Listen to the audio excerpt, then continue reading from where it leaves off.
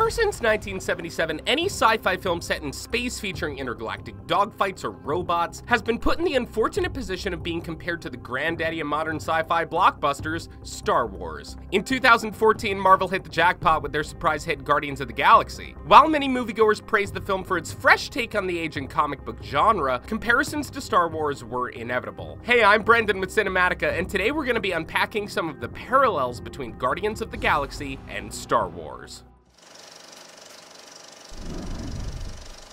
Themes. While everybody is quick to point out that both franchises have space, starships, and aliens, the similarities between the two actually begin at a much deeper level. George Lucas has said that the Star Wars saga isn't about cool action sequences featuring X-Wings, AT-AT walkers, or flashy lightsaber duels. Lucas believes that at its core, Star Wars is just a good old soap opera centered around family problems. Each and every one of the Star Wars films, whether we're talking about the prequel trilogy, original trilogy, or the sequel trilogy, deal with family conflict. The most prominent familial theme in the films is the concept that blood is not always thicker than water. The main characters of the Star Wars films are typically individuals from different walks of life that go from having nobody to having each other. Take the original trilogy, for example, and Princess Leia is among the last of the citizens of the obliterated planet Alderaan. Han Solo and Chewbacca may have each other, but we're pretty confident that the human smuggler and fuzzy 8-foot-tall dog-bear hybrid aren't related. Unless the upcoming Solo, a Star Wars story, tells us otherwise. R2-D2 and C-3PO round out this nuclear family, comprised of 6 very different individuals brought together through a critical mission to save the galaxy. They end up bickering, supporting each other, and fighting against and for each other, just like a real family. And that's exactly what our heroes become by the end of Episode 4, a family bonded not by blood, but by a deeper kinship.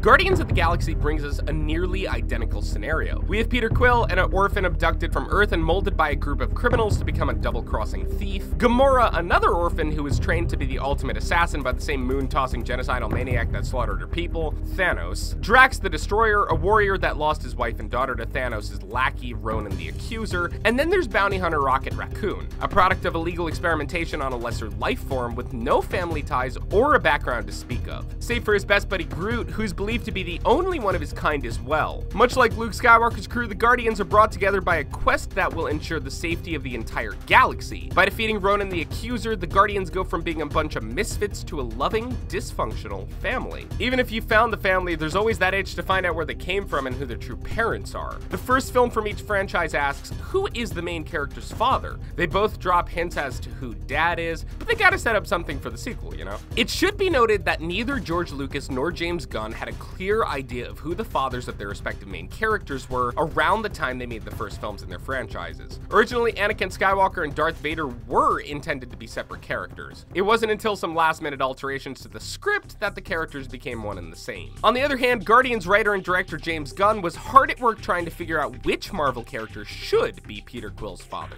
Gunn was not a fan of Peter's father from the comics, King J, son of Spartax, namely because the character didn't speak to him, but also because he felt the whole connection to royalty thing in space operas was, well, overdone. But Gunn wasn't certain if Marvel could acquire the rights to the character he wanted to be Peter's father, Ego, the Living Planet. He was considered a Fantastic Four character, whose rights were then owned by 20th Century Fox. Luckily, Fox made a deal with Marvel. Gunn could use Ego in Guardians if Marvel allowed the writers of the Deadpool film to alter the powers of Negasonic Teenage Warhead. Yeah, Hollywood's a weird place. Last-minute retcons aside, both The Empire Strikes Back and Guardian Volume 2's main characters discover the identities of their fathers and meet them face to face. Before this could happen, however, a character close to the protagonist lies to them about their father for the sake of protecting them. In Star Wars, it's Obi-Wan Kenobi telling Luke that Darth Vader murdered his father so that Luke would not be conflicted when the time came to bring balance to the Force. In Guardians, it's Yondu, Mary Poppins, Udanta, that refuses to deliver Peter to his father as promised, due to Ego's tendency to either use his children as a battery, or if they can't fulfill that need, murder them and dump their bodies in a landfill. Both daddies spend the entirety of their respective films trying to lure their sons in and offer them a position of power by their side as rulers of their respective galaxies, and both heroes turn them down. Speaking of power, Peter and Luke both inherited some form of power from their paternal bloodline. Luke inherits Darth Vader's unusually strong connection to the Force, while Peter gains Ego's godlike abilities, including including the ability to hold an Infinity Stone without dying. While Luke retains his abilities long after the death of his father, Peter's powers were unfortunately directly dependent on his dad, as they vanished the instant Ego was destroyed by the Guardian. Peter and Luke also learn of a painful truth from their fathers, with Luke learning that Obi-Wan straight up lied to him and that Darth Vader and Anakin Skywalker are one and the same. While Peter knows Ego is his father from the first moment he meets him, he learns during their epic confrontation that Ego murdered Peter's mother. On that note, one additional similarity Ego and Vader share is that they are both involved in the deaths of their son's mother. Anakin's turn to the dark side made Luke's mother Padme lose the will to live, whatever the hell that means. Ego, on the other hand, had a more direct involvement with the death of Meredith Quill, placing a tumor inside her head during his final visit to Earth. This final parallel probably went over most fans' heads. In their final confrontation with their father in their respective second films, both Luke and Peter lose a part of them. In the duel against Vader, Luke's hand is sliced off, while Ego destroys Peter's beloved Sony Walkman before the start of the battle. At the end of the film, both characters gain that part of them back in some capacity, with Luke receiving a nifty robotic hand, while Peter is given the latest and greatest portable music playing technology, the Microsoft Zune. Plot parallels. James Gunn borrowed more than daddy drama when writing. Lucasfilms may have a lawsuit on their hands, or at least they would if Marvel Studios didn't also have Disney as their mutual parent. The similarities start with Star Wars A New Hope and Guardians Volume 1. Both films revolve around a sphere-shaped superweapon capable of wiping out entire planets. In Star Wars, it's the moon-like space station known as the Death Star. Guardians features an orb housing the world-destroying Power Stone. The stone is one of 6 powerful weapons known as the Infinity Stones. Both films show a ragtag rebellious group holding the item that an all-powerful ruler like Palpatine or Thanos requires to effectively rule the galaxy. This manifests as plans for the Death Star in Star Wars. Its contemporary clone, Guardians Volume 1, takes it a step further by having the protagonist carry the Power Stone itself. In both films, the main characters form their teams while in a prison setting. Luke and Han team up with Princess Leia after rescuing her from the Death Star prison blocks. The Guardians of the Galaxy come together through a plan devised by Rocket Raccoon to break them out of the Kiln, an intergalactic prison for the worst space criminals. Although the plots do diverge a bit toward the middle of the film when Luke, Han, and Leia and Chewie escape the Death Star and return to the Rebel base with the Death Star plans in hand.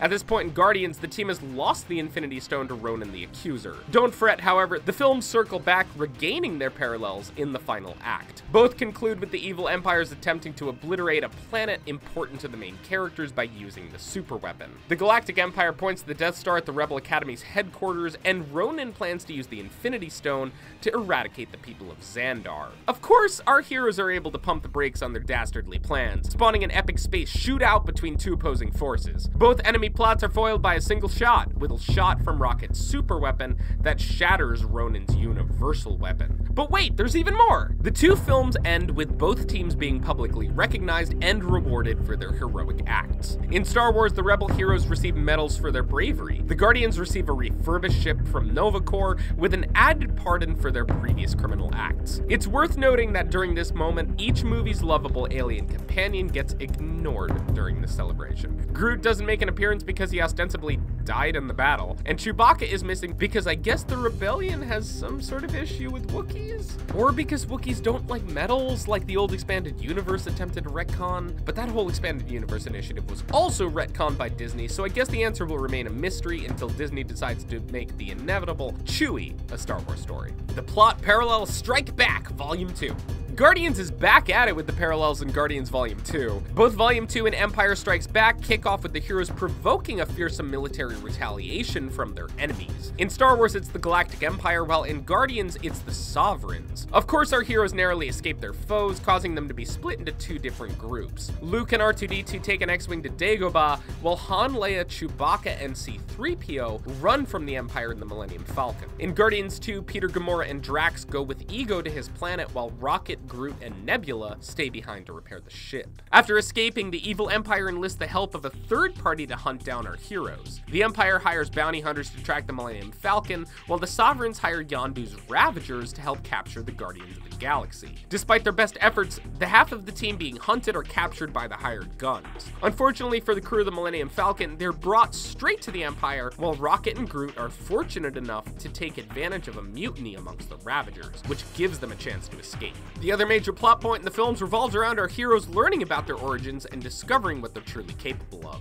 In Empire Strikes Back, we see Yoda teaching Luke how to use the Force, while in Guardians Volume 2, Ego teaches Peter how to tap into his celestial bloodline. And if you really want to overanalyze things, you'll see that a bit of the Luke and Yoda arc from Empire bleeds into Rocket's personal arc with Yondu. Both Rocket and Luke learn from a colorful alien whose name starts with Yo, first of all. These aliens both comment that their arrogance is their greatest weakness and that they should probably just cut it out. Both films end on a bittersweet note. All but one of the main characters survive the ordeal with the enemy, albeit in carbonite, and then taken away by Boba Fett to be delivered to Jabba the Hutt. In Guardians Volume 2, Yondu sacrifices himself to save Peter, his body becoming frozen completely in a completely different and more fatal way.